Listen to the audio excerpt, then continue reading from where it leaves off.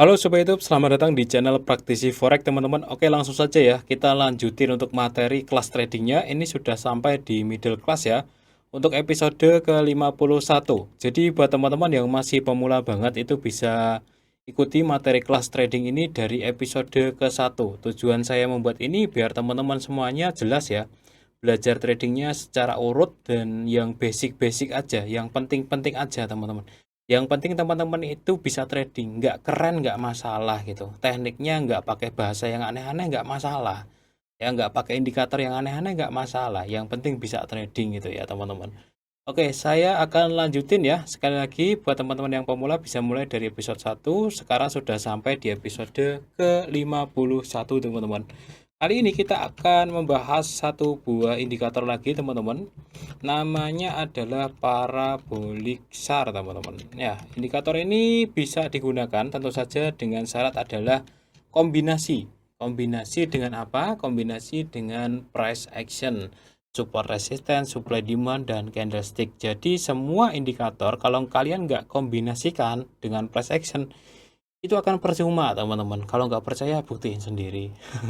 Oke ya, sekarang kita langsung mulai aja untuk membahas indikator parabolic SAR, tapi kita pindah ke handphone ya, atau ke tablet aja biar lebih mudah. Buat teman-teman yang mau trading forex jangan lupa sama broker XM ya teman-teman. Dan kebetulan di broker XM ini banyak promonya, terutama sekarang masih ada promo bonus deposit 100%.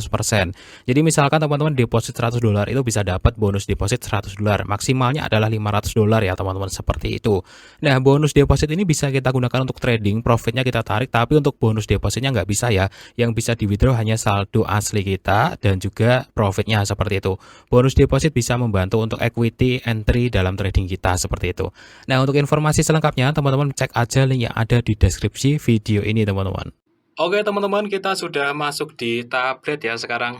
Seperti janji saya kemarin teman-teman, saya akan membahas beberapa indikator terlebih dahulu. Ya, teman-teman bisa klik di sembarang tempat seperti ini, nanti tanda F di sini ya, teman-teman bisa klik. Oke, sekarang saya akan nambah satu lagi ya teman-teman, yakni indikator yang namanya parabolic SAR. Indikator ini sebenarnya cukup bagus, cukup mudah dipahami, dan bisa dipadukan dengan price action ya, support resistance, supply demand, dengan candlestick teman-teman. Karena semua indikator apapun kalau kalian nggak padukan nanti bakalan nggak valid teman-teman. Indikator itu berubah mengikuti candlenya. Ya, kalau candlenya nggak kalian baca ya percuma gitu, karena indikator itu akan berubah dengan sendirinya mengikuti candlenya. Oke teman-teman, sekarang kita akan bahas indikator parabolic SAR ya. Caranya seperti tadi, klik sembarangan, muncul di tanda F sini ya, kalian klik, kemudian chart utama saja ya yang kita bahas, kemudian parabolic SAR. Gayanya biarin kayak gini, 0,02, 0,2, 2 pixel kayak gini, lalu klik selesai. Nah, teman-teman nanti akan menemukan tampilan seperti ini ya di di chart teman-teman. Ya, di sini cara membacanya gampang sebenarnya untuk indikator parabolic SAR itu. Ya, ini ketika indikator ini muncul titik-titik ya. Ini kan ada titik-titik, titik-titik di atas candle atau di bawah candle. Nah, kalau titik-titik ini muncul di atas candle itu tandanya tren mau terjun ya. Nah, ketika titik kedua dan seterusnya muncul itu artinya tren sedang bearish, teman-teman. Nah, sedangkan titik munculnya di bawah itu tren sedang bullish. Oke, sesimpel itu ya. Jadi ketika nanti di sini misalkan teman-teman ya, ini kan udah turun nih. Ketika setelah candle ini teman-teman, dia muncul titik di bawah tik gitu, itu artinya tren sudah mulai bullish. Ya, jadi sebenarnya cukup bagus ya. Cuman teman-teman, ini kalian akan kesulitan jika menggunakan envelopes ini di time frame yang lebih kecil karena berubahnya tuh cepet banget teman-teman. Jadi saran saya ya, kalau mau ngidupin indikator ini ya tradingnya minimal di H4 gitu. H4, D1 kayak gitu lumayan bagus ya teman-teman. Seperti itu. Oke, sampai sampai di sini sebenarnya paham ya. Untuk cara membaca indikator envelopes ini. Jadi ketika titiknya itu muncul indikatornya muncul di bawah candle ya, bawah tren ya, itu bullish, tapi kalau munculnya di atas tren atau di atas susunan candle itu bearish. Nah, ini bisa dipadukan sebenarnya dengan price action. Jadi misalkan ya teman-teman, nah ini ada double bottom nih teman-teman. Nah, ini ada double bottom. Kalau teman-teman perhatikan dengan baik ya. Di sini drop ya sekali, kemudian dia naik ya. Nah, ini kan udah diuji 2 kali teman-teman. Ya, ini peluang naiknya tuh ada di sini. Nah, misalkan candlestick-nya nanti udah muncul engulfing misalkan ya di sini. Ini tinggal nunggu candlestick engulfing doang sih. Nah, kalau dia sudah engulfing di sini, sudah naik dikit engulfing, nanti setelah itu di sini muncul titik tik di sini, itu valid teman-teman. Ya, jadi tetap harus dipadukan indikator itu. Indikator harus dipadukan dengan super resistance, supply demand, dan candlestick. Jadi kalau kalian memadukannya itu nanti kalian nggak tertipu gitu, karena indikator itu bisa berubah sesuai dengan candlenya. Jadi misalkan ya teman-teman, di sini muncul ya 1, 2, terus tiba-tiba candle naik, itu nanti muncul di bawah gitu.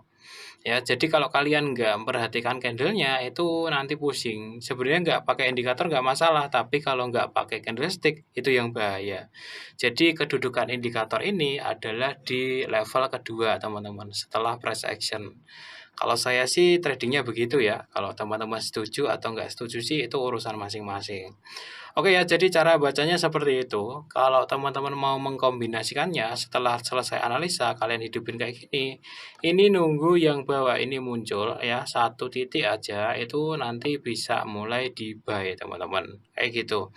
Begitu juga di H4 sebenarnya juga bisa. Jadi kalau kalian mau buy atau mau sell, itu bisa memperhatikan dari candlestick-nya, dari indikatornya. Tapi kalau di H4 itu usahakan hati-hati ya, karena semakin kecil time frame itu indikator itu semakin nggak valid teman-teman ya, semakin kacau kayak gini ya. Ini ya titik duanya di bawah ya, terus nanti tiba-tiba naik ya, tiba-tiba muncul di sini di atas di bawah kayak ini, semakin kacau kan kalau di time frame kecil. Makanya gitu, ini hanya valid jika di time frame gede kayak gini dipadukan dengan support resistance, supply demand, dan candlestick-nya. Nah, misalkan ini nunggu-nunggu kok yang bawah nggak muncul gitu titiknya, yang kita nunggu tren naiknya gitu. Ya sudah, jangan masuk dulu.